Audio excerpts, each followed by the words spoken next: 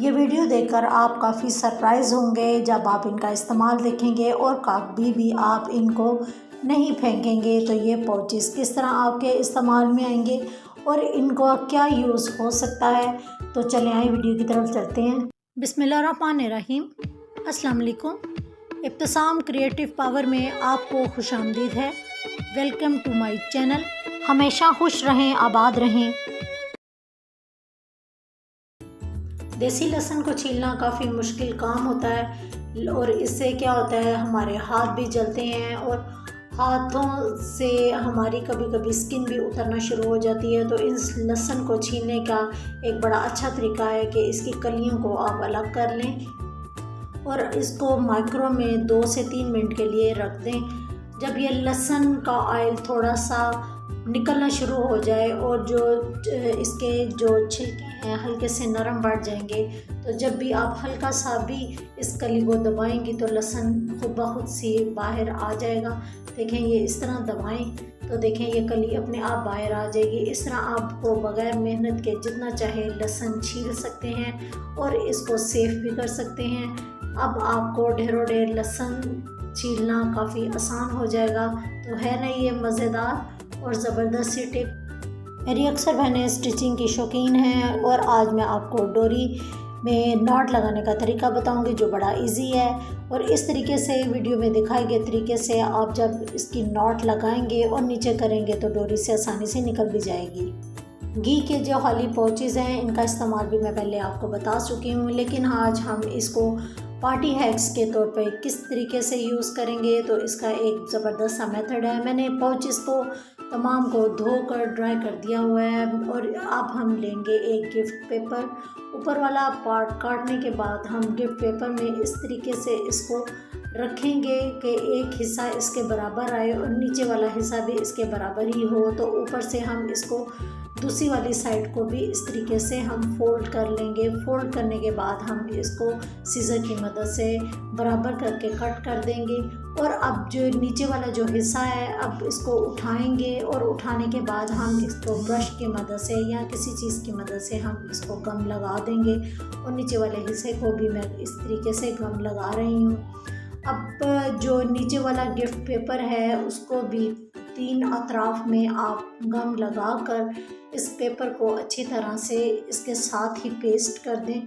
तो पेस्ट करने के बाद इसकी कुछ इस तरीके से लुक आएगी कि आप देखकर हैरान हो जाएंगे कि ये हमारे किस तरह ज़बरदस्त सा बैग और गुडी बैग के तौर पर यूज़ हो जाएगा। किसी डोरी या रिबन की मदद से इसके हैंडल बना लें और ये है ना पार्टी में देने के लिए या गिफ्ट देने के लिए ज़बरदस्त सी जो टिप्स है वो केचप, मायोनीज, ऑयल और इनके जो नोज़ल वाले बैग्स आते हैं। अक्सर ये होता है कि इनमें दूध भी आता है नोज़ल वाले बैग्स में, तो आप ये इन बैग्स को बिल्कुल आज के बाद ज़ाया नहीं करेंगे। जब आप इनका इस्तेमाल देखेंगे इनमें अक्सर बैग्स ज़िपर होते हैं और ज़िपर को आप एज इट इज़ ही एयर टाइट बैग्स के तौर पर यूज़ कर सकते हैं। ये बड़े काम के इसलिए होते हैं कि इनका जो प्लास्टिक होता है काफ़ी मज़बूत होता है और इतनी जल्दी फटता नहीं है। इन बैग्स को हम किस तरीके से इस्तेमाल करेंगे तो इसका जो पहला इस्तेमाल है वो मैं इसमें हवा भर लूँगी और हवा भरने के बाद इस बैग को हम किस तरीके से यूज़ करेंगे, ये इस कदर आरामदेह होगा और किस तौर पे यूज़ होगा। हम इसको अपने पिलो के तौर पे यूज़ करेंगे। एक छोटा सा पिलो लेंगे। जब हम ट्रैवल में जाते हैं तो इतना ज़्यादा सामान ले जाना हमारे लिए नामुमकिन हो जाता है, तब हम इस तरह के बैग्स में हवा भरने के बाद इसको हम पिलो के तौर पर यूज़ कर सकते हैं। और आप इसमें हवा भरें और अपनी जो है रिलैक्स थोड़ा कर सकते हैं और जब चाहें तो आप इन बैग्स को बाहर निकाल के और इनकी हवा निकाल के आप इसको अपनी गाड़ी की सीट के नीचे रख सकते हैं। तो ये देखें आपके लिए एक ज़बरदस्त पिलो का काम भी देंगे। इनको आइस बैग या हॉट बैग के तौर पर भी हम यूज़ कर सकते हैं। जब भी कभी हमारी बाजू में या किसी चीज़ में दर्द हो तो हम इसको गर्म पानी डालकर इसके साथ सिकाई वगैरह कर सकते हैं। और अगर कोई चोट वगैरह लगे तो इसको फ्रीज़ करने के बाद हम आइसिंग भी कर सकते हैं, तो ये हमारे इस काम में भी आ सकता है। मैंने इन बैग्स को फ्रीज़र में रख के फ्रीज़ कर दिया हुआ है और ये बिल्कुल फ्रीज़ बॉटल मेरे पास हैं, तो ये किस काम आएंगी।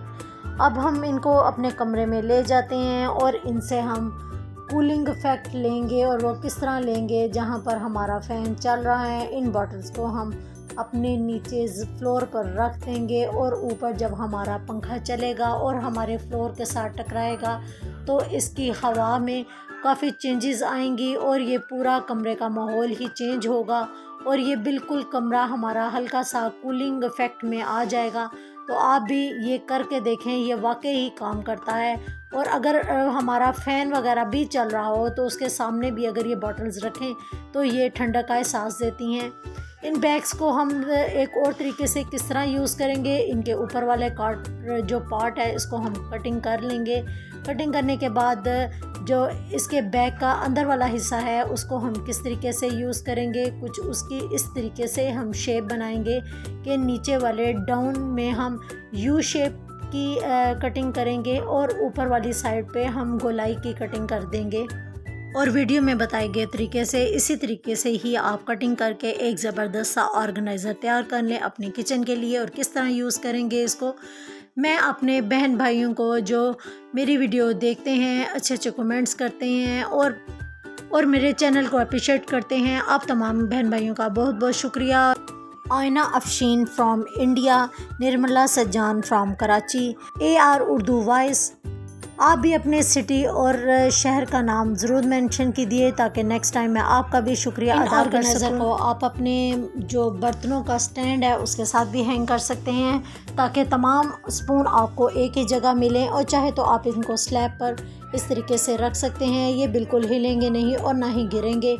अगर आपके पास लिक्विड या ऑयल की बोतल है जिसका आपको लीकेज का डर हो तो वो भी आप इसके अंदर रख कर ऑर्गेनाइज़ कर सकते हैं या इसको कैबिन में भी रख सकते हैं। अब हम एक और ऑर्गेनाइज़र किस तरीके से बनाएंगे, हमने पहले डीप कटिंग की थी लेकिन अब हमने ओवल बाहर की तरफ कटिंग करेंगे और एक छोटा सा ऑर्गेनाइज़र बड़ा खूबसूरत सा छोटू सा बनाएंगे और उसको रखेंगे छोटी छोटी बॉटल्स के लिए अपने वॉशरूम में।